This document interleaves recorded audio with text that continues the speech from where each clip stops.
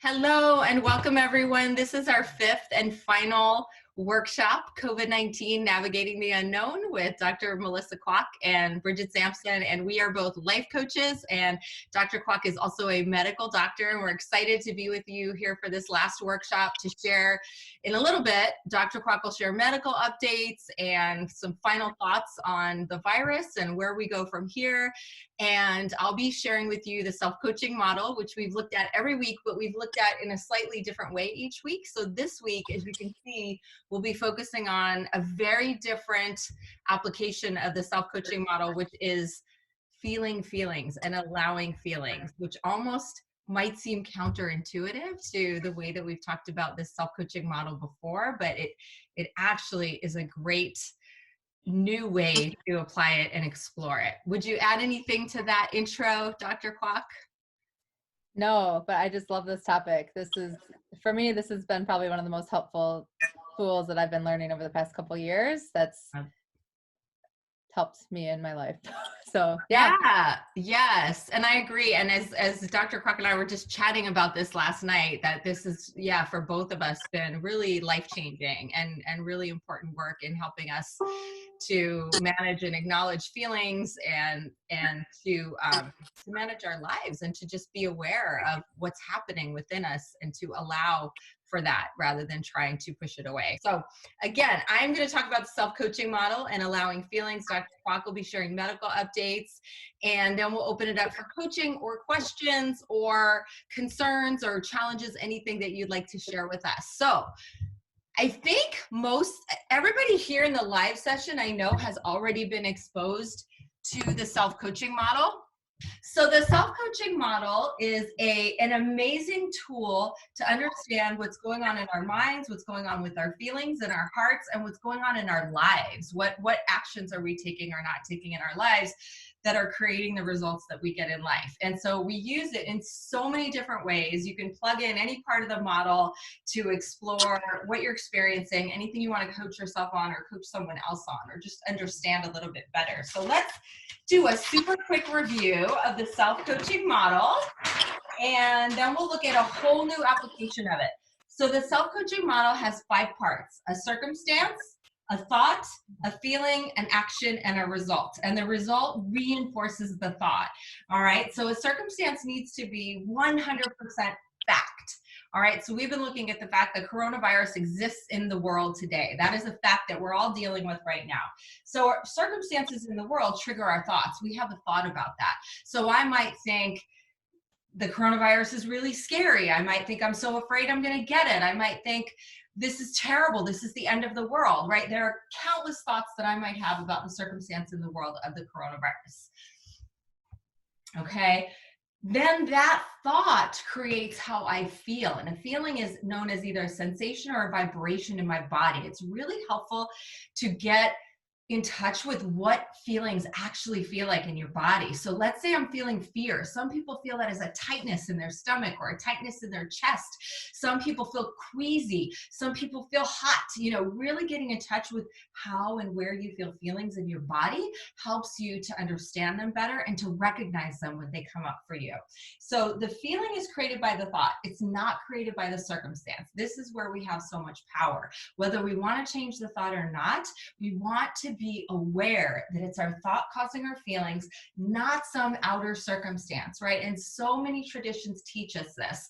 Zen Buddhism, many psychotherapy approaches, such as cognitive behavioral therapy, many spiritual traditions and philosophical traditions like Stoic philosophy teach us that our thoughts create our feelings. Things that are happening in the outside world, we don't get to blame them for how we're feeling. And we take our power back when we recognize that it's what we're thinking and how we're framing and interpreting the situations in our lives that causes our feelings, right? Our feelings then drive our actions. So what you're feeling then leads to what you do, how you act on that feeling, or how you don't act on that feeling, which then leads to a result in your life. What is the outcome? So since this is our fifth and final session, just a really quick review of some of the examples that we've been providing in these sessions. Last week, we looked at how our thoughts about other people shape how we feel about those other people. And I shared a personal example of my husband not doing the dishes, right? And that's a circumstance. And I could choose to think thoughts of how insensitive he is, right? Which make me feel really angry, right? Which lead to maybe acting out in anger and create results that I don't really want. Whereas I can choose thoughts, loving thoughts and appreciative thoughts and thoughts of gratitude for all that he does and all the ways he supports me and helps our family, which are going to lead to feelings of love and appreciation and probably lead to actions of expressing that love and appreciation and lead to positive results in my family. The week before that, we talked about buffering, and buffering is when we use a substance or an experience to numb feelings because we don't want to feel these feelings, right? So if the coronavirus exists and I'm thinking, I'm so stressed out that eating a whole box of cookies will make me feel better and I deserve to eat that box of cookies, I'm going to feel really intense desire, compulsion, strong, drive and urge to eat those cookies. I'm going to eat those cookies, and my result, depends on you. It may be feeling guilty and feeling, might be gaining weight. There might be no negative result. I mean, everyone's experience is so different, right?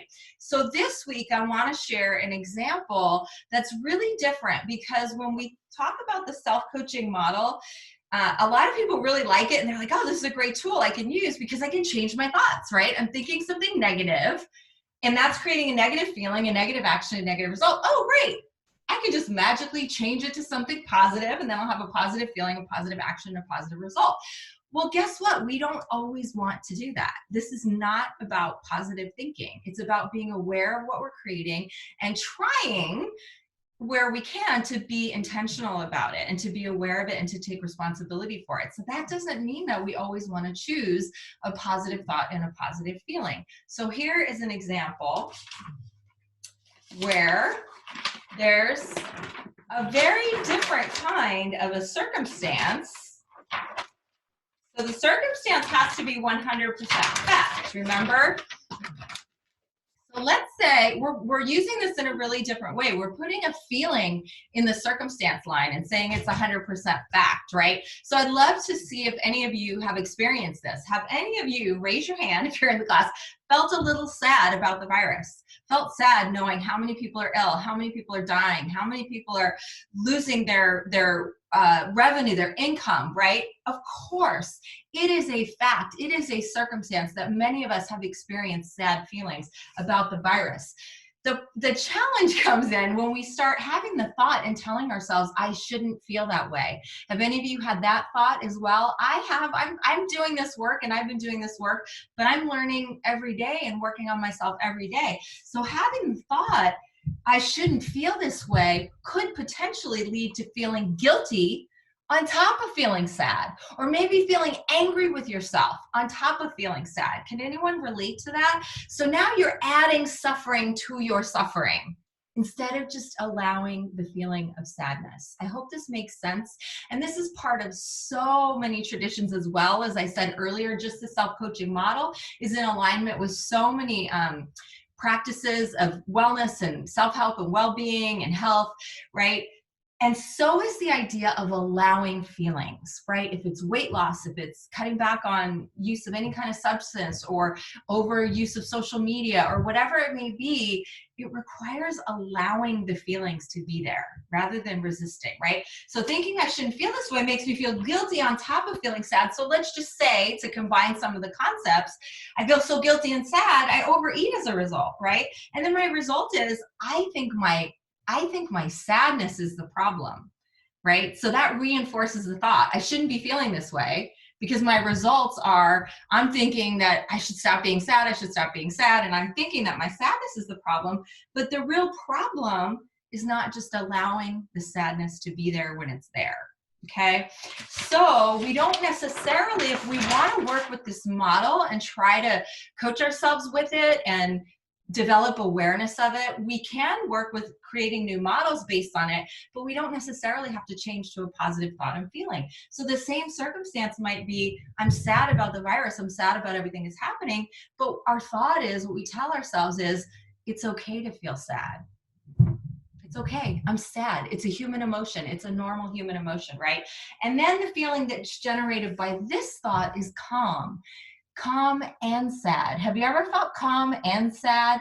I've been feeling that a lot. I've been feeling anxious and sad too. Don't get me wrong, okay? But if I'm choosing thoughts like it's okay to feel what I'm feeling, I'm much more likely to feel calm and sad. For me, what do I like to do? Sometimes I like to just go lie down in bed. We're all at home. And if the sadness really overtakes me and I'm allowing it and I'm not adding suffering by thinking I shouldn't be feeling that way and creating more anxiety and guilt and anger at myself, I might just go lay down in bed. I might take a bath.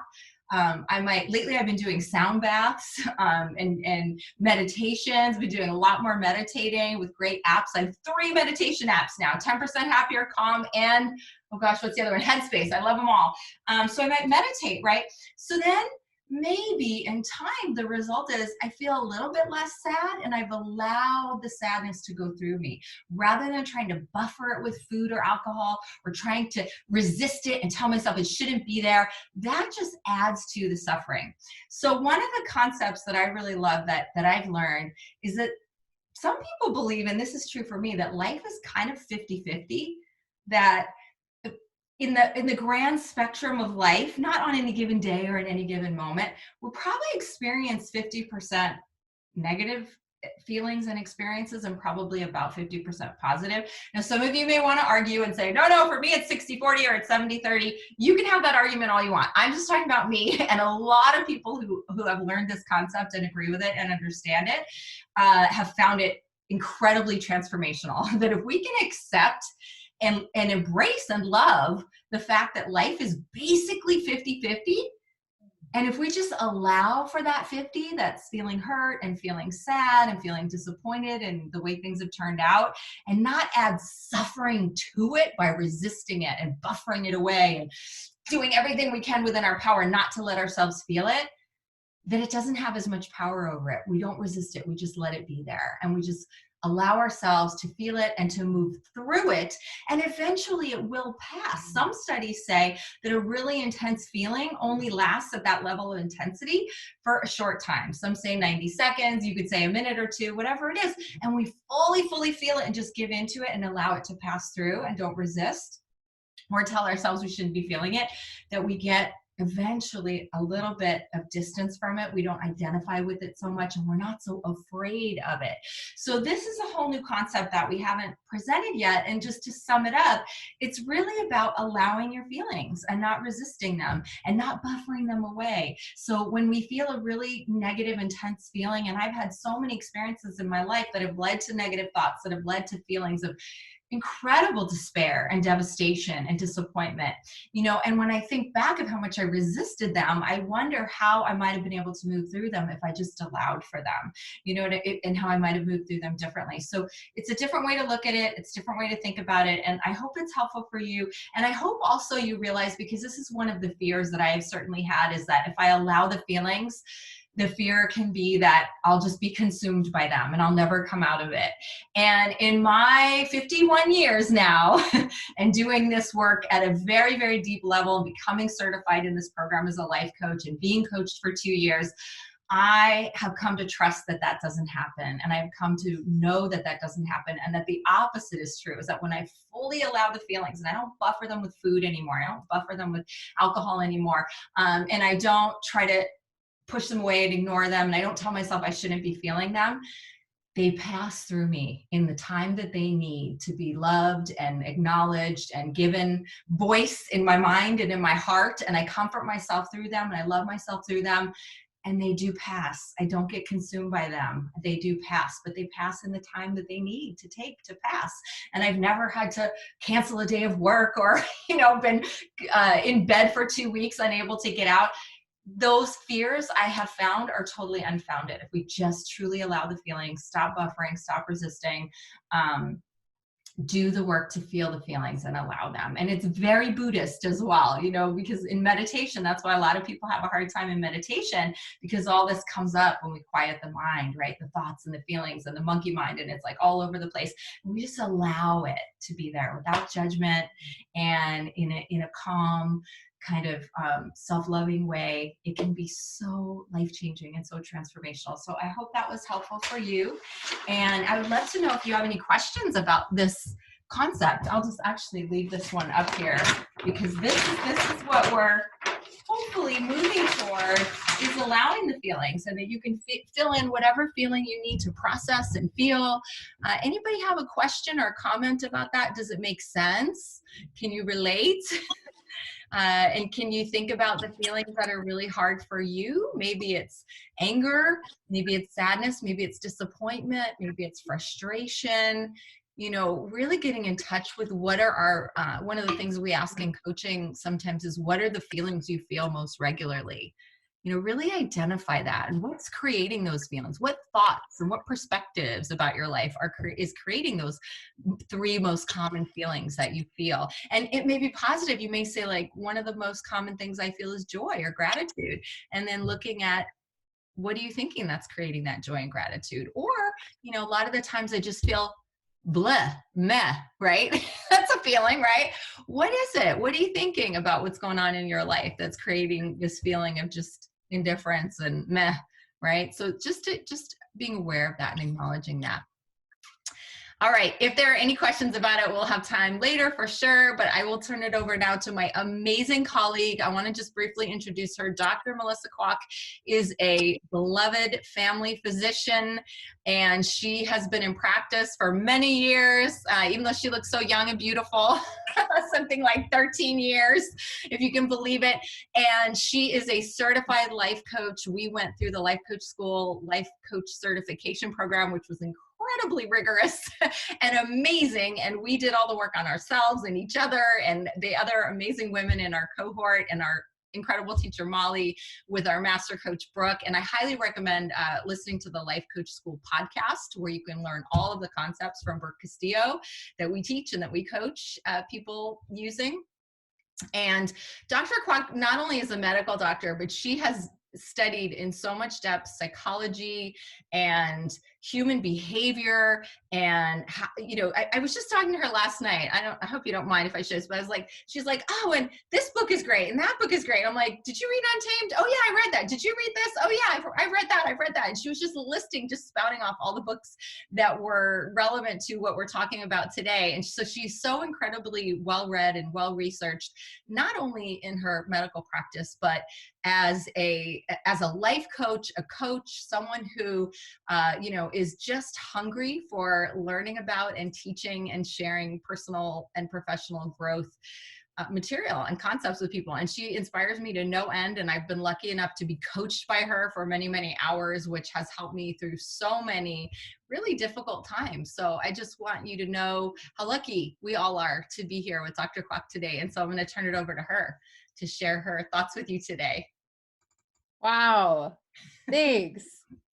I feel amazing right now after following those words. Thank you. And I hope you know the feeling is mutual. Everyone needs to know that. So just to comment, well, first of all, my usual disclaimer that these are my thoughts and my words and not in my opinions, but I'm going to say here today, not that of my employer. I am an employed physician. And just to comment a little bit on Bridget's talk, because this concept of allowing emotions, I mean, I can't say enough how transformative this has been for me in my life. It's kind of, well, first of all, when I remember that it is a concept to apply to my life. And that's what's so interesting about that to me, is how easy it is, even studying this for a couple years now, it is to just forget sometimes and just get swept up in my emotions. And I'm kind of a visual person, and I picture those times I'm swept up, or I'm just like totally enmeshed. Like it's all, everything that's happening is like just an enmeshed little enclosed ball, and it's like, and so small. Whereas the times when I am able to be in that space of allowing emotion and allowing the life experience, it just feels so much more expansive. It's like I'm outside of my little bubble.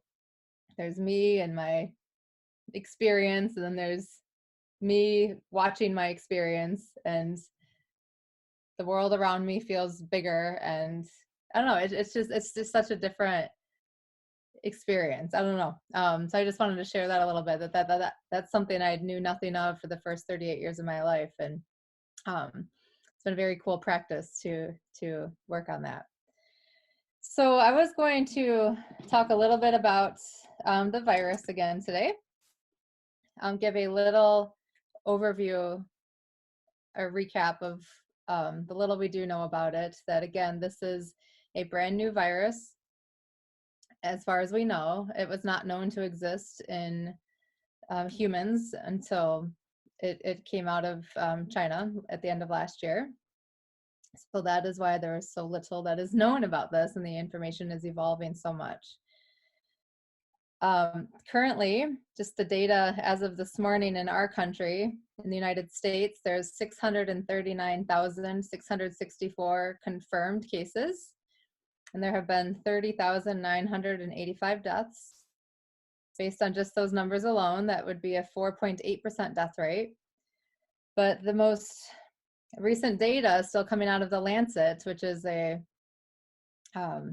generally well thought of medical journal, they're hoping the death rate is still, the overall data, they're hoping it's still closer to 0.6%, possibly up to 1% at the highest.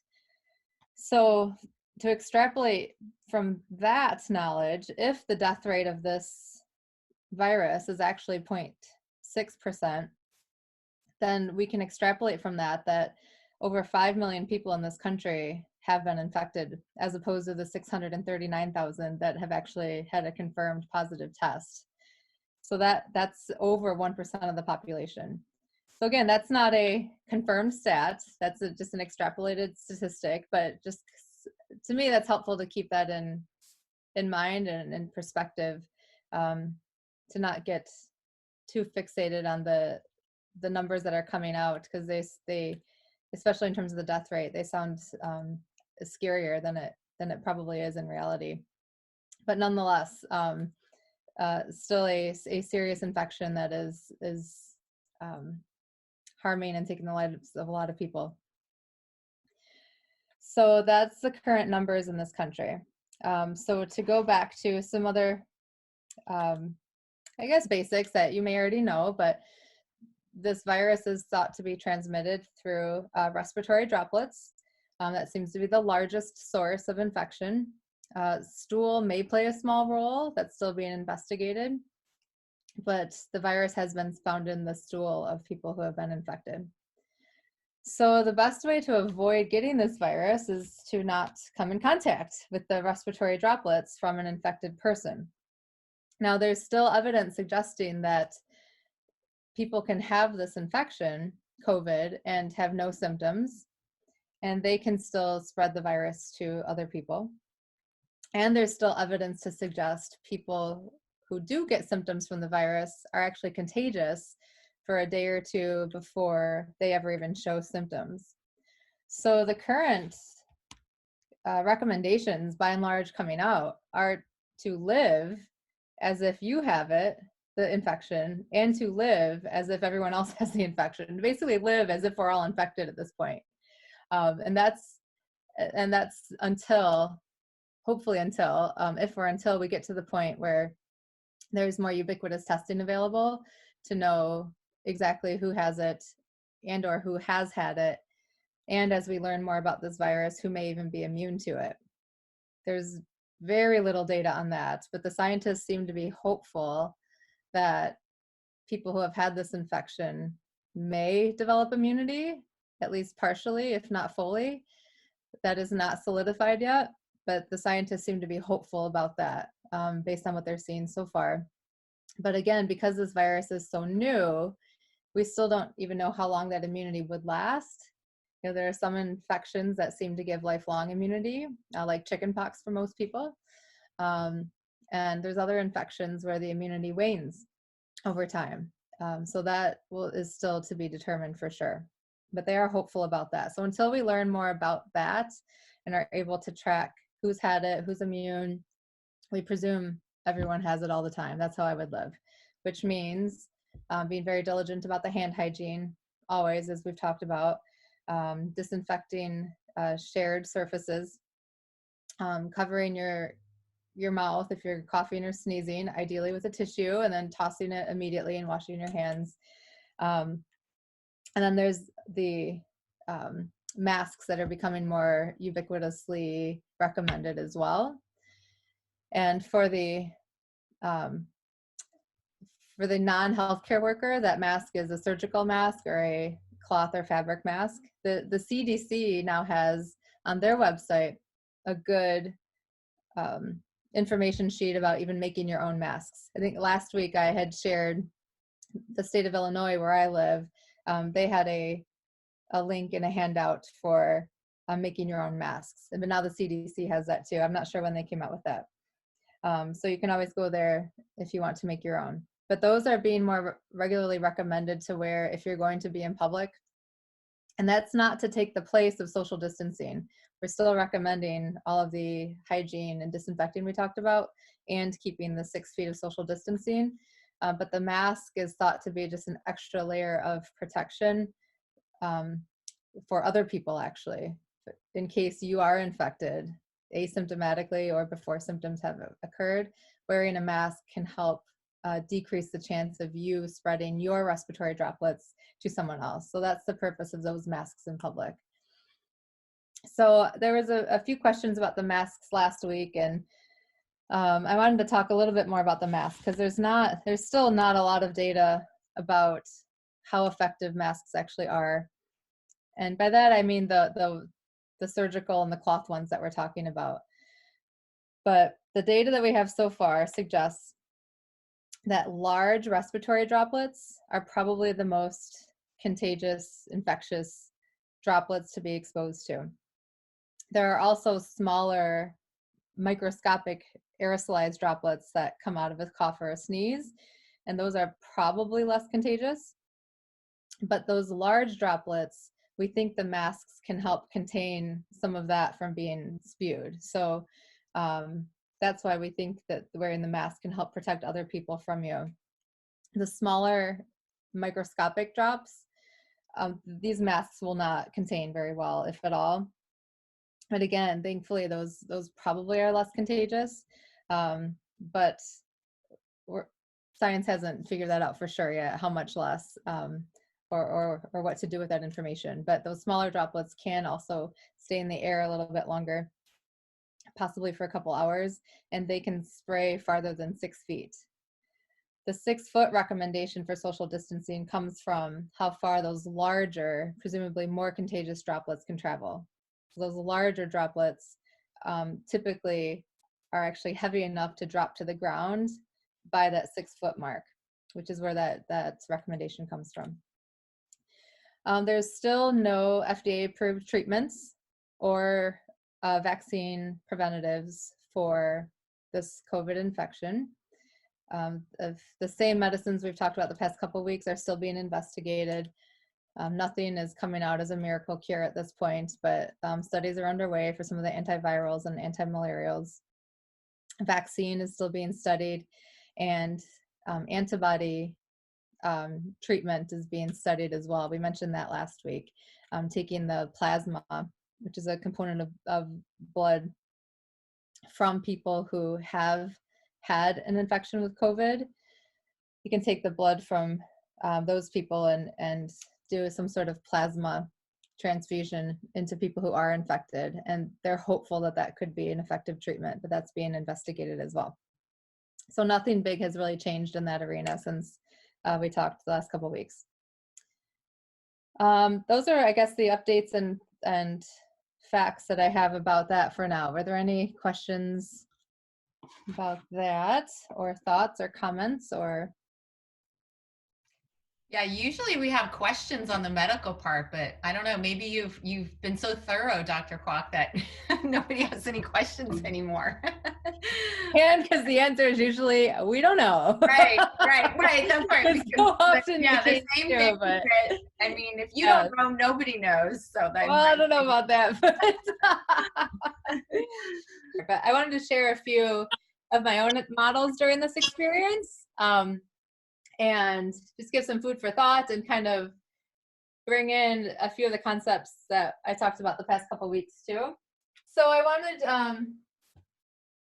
to give you insight into one of my recurrent experiences through this.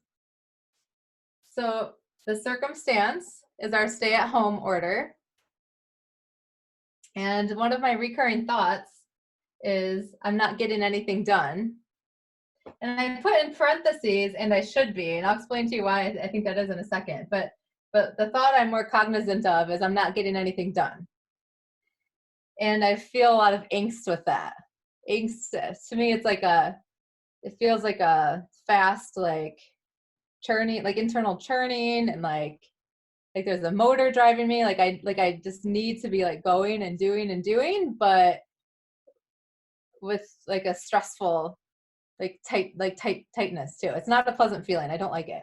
And I don't like how I usually act in response to it either. Usually when I'm feeling angsty, I just jump around from one thing to the next, not really planning or intentional with my time. I'm just kind of all over the place and scattered. And so I often end up not completing things, or I may complete it, but from like a stressful energy. So if it's a task I'm working on where I was hoping to be like creative or insightful, like it's usually, in my opinion, not as creative or insightful as I'd like it to be, because it's so stress driven. And then my result of that is, there's a lot, but really just not getting things done. Or I could have even put not getting things done how I would have ideally liked to. So this one's recurring for me, and I just wanted a few takeaway points from this. And one is that if you just look at the thoughts, I'm not getting anything done, to me, when I just look at that, I'm like, why would just that create angst? Like, I'm not getting anything done. Like, that could just be like, I don't know, maybe I could feel a little disappointed or bummed by that, but this, to me, angst is very intense for me. And like, well, why would that thought create that? And that's when it kind of hit me that I'm not terribly cognizant of this part of it, but the rest of that thought would be, and I should be getting more done. So I'm not getting anything done, but I should be. And I think that's the angst. And I wanted to bring in a concept we talked about a couple weeks ago called cognitive dissonance, where you're holding two beliefs, like the psychological discomfort that comes from that. And I just find that interesting. And I think this is an example of that. I think this angst is the cognitive dissonance, is a psychological discomfort I'm having from holding a belief that I should be getting things done, and also holding a belief that I'm not getting things done. And that creates a lot of discomfort. So just kind of an interesting point on that. But so what do we do when we find ourselves here?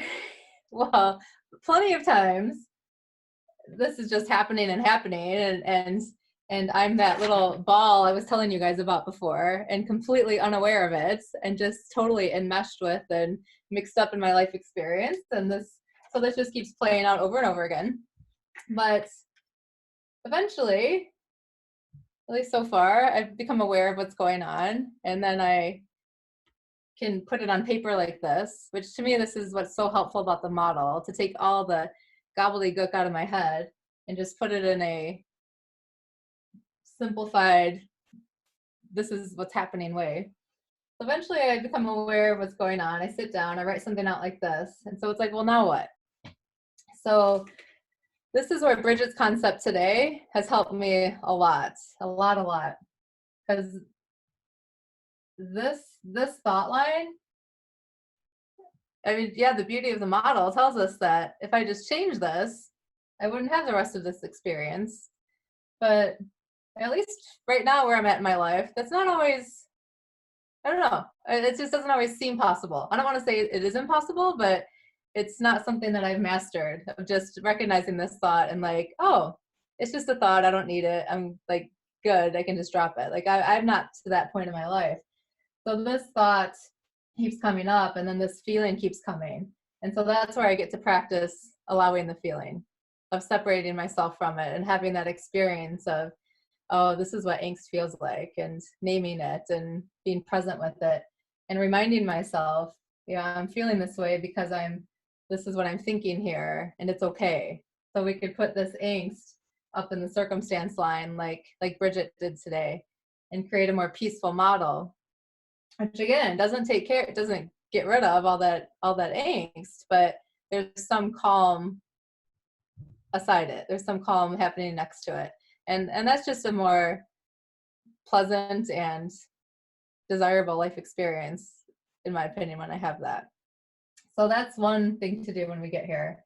And the other thing I do is try working on this thought line too.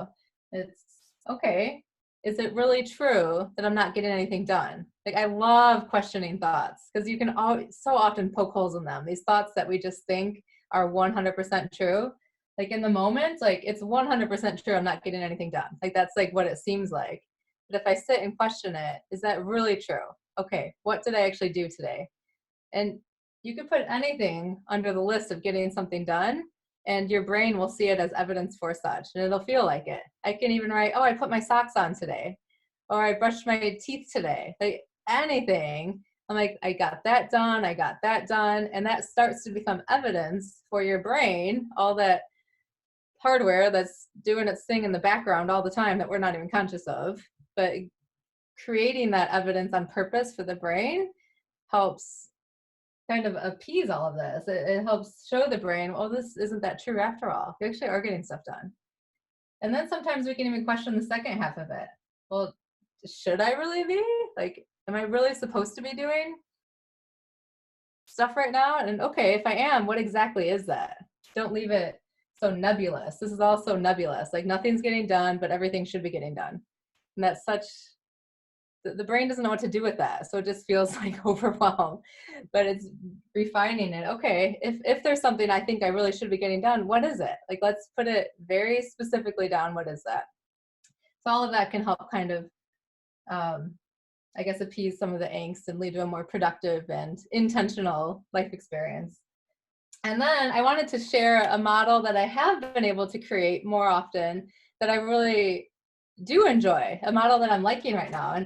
And we call those intentional models when we've created one that that is desirable, that we want to play out in our life. And this is one that I have been able to create, and I wanted to talk a little bit about. So same circumstance, stay-at-home order. And the thought I've been able to have become more automatic is this is easy. And that for me, that generates a feeling of calm, maybe a little confidence too, I'm not sure, but mostly it just feels calm. And from that space, when I'm feeling calm, I do plan my days more intentionally. And I'm just kinder to myself and others. But honestly, especially to myself, when I'm calm. When I'm kinder to myself, I'm naturally kinder to others. That's like always follows. And the result of that is life just feels easier. And then that becomes affirmation for the brain too. Remember that confirmation bias, the brain will see things through the lens that it's believing. And the more I practice believing this is easy, the more it starts seeing that things are easy. And the more it kind of becomes a reinforcing and what's the word? The self-fulfilling prophecy? No, is that the phrase? Yes. But this, I love living in this space. This is like my sweet spot when I can get here. And that did not come naturally. My go-to, even more globally, for much of my life, I think, was this is hard. Just like for anything, like this is hard and this is hard. And that was just kind of like an underlying tone to just a lot of life in general. And as I recognized that over the past couple of years, I realized, well, maybe I don't want to think everything's hard. Maybe I want to think it's easy. And so I've practiced that and tried making my brain see things as easy. Like it can be anything, and just forcing it to see, oh, well, maybe that actually was easy. Maybe that actually wasn't hard. And then this becomes more natural. So we talked about the primitive and the prefrontal brains before. And another way to look at that is that the more automatic brain is really more linked in with the primitive brain. So so this has become more automatic, but only because I use that other part of my brain, the prefrontal, to recognize what used to be automatic and I didn't like, and then practice giving my brain evidence for believing something different that I wanted to believe. And now this is becoming a little more automatic. Yeah, so I guess I just wanted to share those and see if that brought up any other thoughts, questions. ideas. Some good feedback in the chat. Barb is saying, totally relate to all you're saying. I think we all do too. I saw some nods out there. And the practice of telling myself the truth about reality instead of just allowing my feelings to run amok. Yeah, exactly. I like looking at it that way too, like telling ourselves the truth. Yeah. I think there's so many ways to take that, but it is even just getting like behind this, like I'm not getting anything done. Like, well, what's really the truth here? Like, I never stop to think that this is a lie. Like, I don't think of it like that, but it kind of is, and I kind of like that. And then, well, what's the truth here? Yeah, so I like using that verbiage too. The truth. Yep.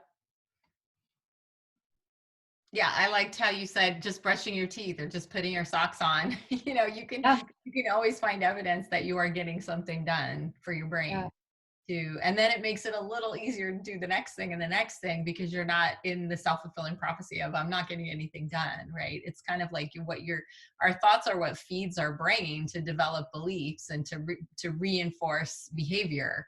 And patterns and habits. So what are we feeding it? Feeding our brain and our neural pathways with, I'm not getting anything done. I'm not getting anything done. It's going to make sure we keep thinking and yes, doing that, just that. yes, Right. So I love the way you put that. yes. And what Barb said is exactly right. Truth is our truth to us is just our thoughts. Right. Right, So right, what your truth is what you right, tell yourself. right, That's so much power that we have. right. Any other thoughts or questions? Next truth is the next truth I need to reinforce is that what I get done is enough for that moment. Beautiful. Oh, I love it. I Yeah. love that too. Yes, and we talk a lot. I know Dr. Kwak and I have had this conversation with our coaching work, coaching each other and studying the coaching concepts is often when you dig deeper and deeper and deeper in what people are thinking about themselves, somewhere in there is often the thought, I'm not enough, or it's not enough, what I'm doing is not enough, right? And if we can get to that level, and I love what you said, Barb, this is exactly what Barb is saying here in the chat, is what I've done is enough for that moment. And so by extension, I am enough. I am enough. We are always enough for whatever we need to be, who we need to be, what we need to do. And we get to choose the thought, either what I've done is enough or what I've done is not enough. But if the moment has passed, I can't see ever any value or merit in thinking back on the moment and having the thought, I didn't do enough. Because you did, because it's over and that's what you did. So it was exactly enough, right? And we can always choose to think that. We may want to do something different tomorrow or in the next moment, and that's always our choice, but we can't go back. Yeah, I love that, and it just sounds so kind, right, and loving, and when we feel kind and loving, we tend to take actions that are kind and loving, which we arguably would want most, if not all of the time in our lives. And that becomes a self-fulfilling prophecy. So I love that. Like, when in doubt, choose the kind and compassionate and loving approach with Yeah. yourself, And with yourself and others. we're But so much more likely to do that with other people than we are with ourselves. So I guess a big theme of what we're all saying, and all of you are saying as well, and Barb in the chat, and is we need to we need to, but it's a worthy goal to strive to extend the same kindness to ourselves that we so easily extend to others. And where does that kindness is a feeling, probably, right? So where does that come from? It's what we're thinking about ourselves. I don't know if kindness is a feeling, but it could be, right? I'm feeling kind so, to myself because I'm thinking what I did today is enough. I know this must be a shared experience because I listen to so many sleep meditations, and in all the sleep meditations, the meditation teacher says, you did enough today. You are enough. You could let go and go to sleep, right? That's like in all of them almost, or so many of them. So we all struggle with this. Like, I didn't do enough. I'm not enough. I should be doing more. There's just no value in that. Even moving forward, definitely moving past, but even in moving forward, how can we lift ourselves up and think empowering thoughts about what we can do or or that if we're going to do nothing, awesome. It's a mental health day, right? I'm going to take it easy today. That's what I need today. And that's okay. And that's great. Instead of, oh, probably not going to do anything today. We get to choose which one we think, which one's kinder. I know which one would be kinder for me. It's been quite a journey, just to start to kind of move to closure. This is our 5th workshop. All 5 workshops, well, all 4 workshops are already currently on YouTube on the Sampson Coaching and Consulting YouTube page. It's easy to find. You just look that up or find me if you can't find it and ask for it. So all 4 workshops are there. At the first workshop, we really pushed it out and really got the word out and told everyone. And we had, I think, close to 80 people there.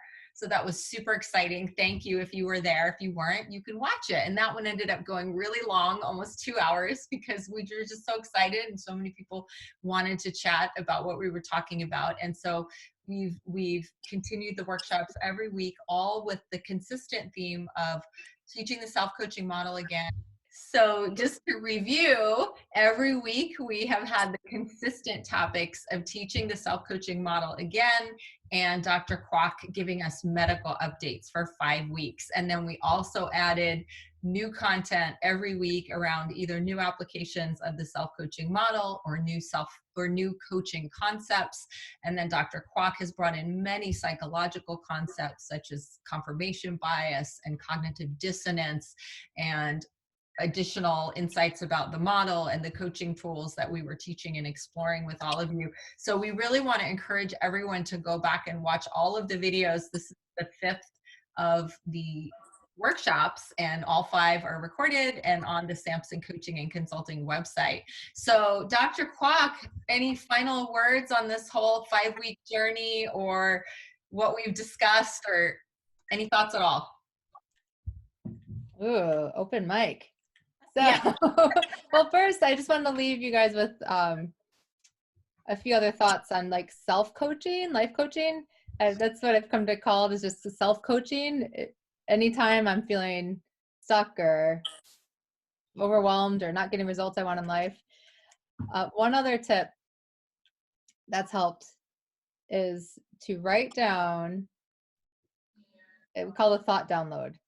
Just write down all your thoughts, just brain dump. If you're at any point wanting to self-coach yourself, and you can just do a brain dump on just what's in your mind for that day, or it can be over a specific circumstance. You can ask yourself, what am I thinking today? Brain dump it. You can ask yourself, what am I thinking about COVID? What am I thinking about my partner? What am I thinking about my kids?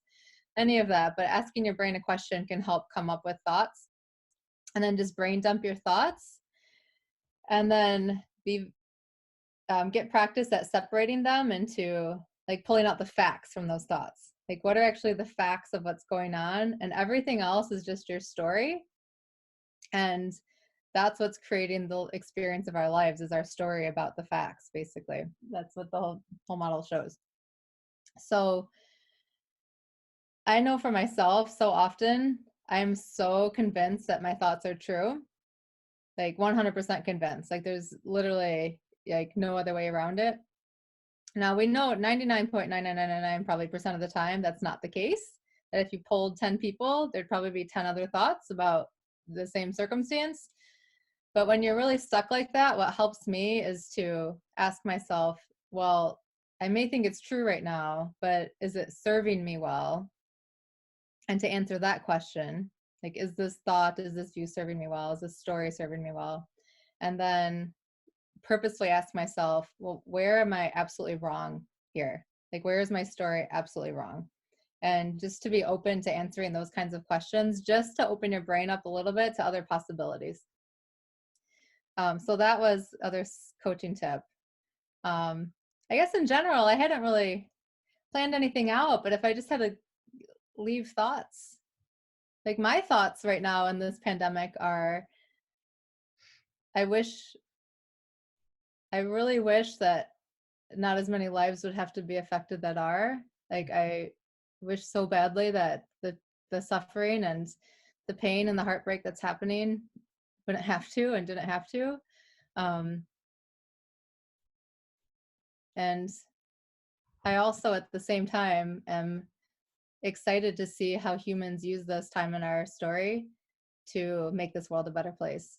And I'm like getting emotional thinking about that. I'm like 100% sure that's happening. Mhm. Everywhere I turn and look, that's happening, and I'm just excited to see like the greatness of humanity that comes out of this, that already is, and that will continue to, and Mhm. how the world will be a better place. So those are my ending thoughts. Beautiful. I think that's a beautiful way to wrap up this whole experience and this whole journey. And I'm so with you. And it's beautiful. There's no cognitive dissonance in that.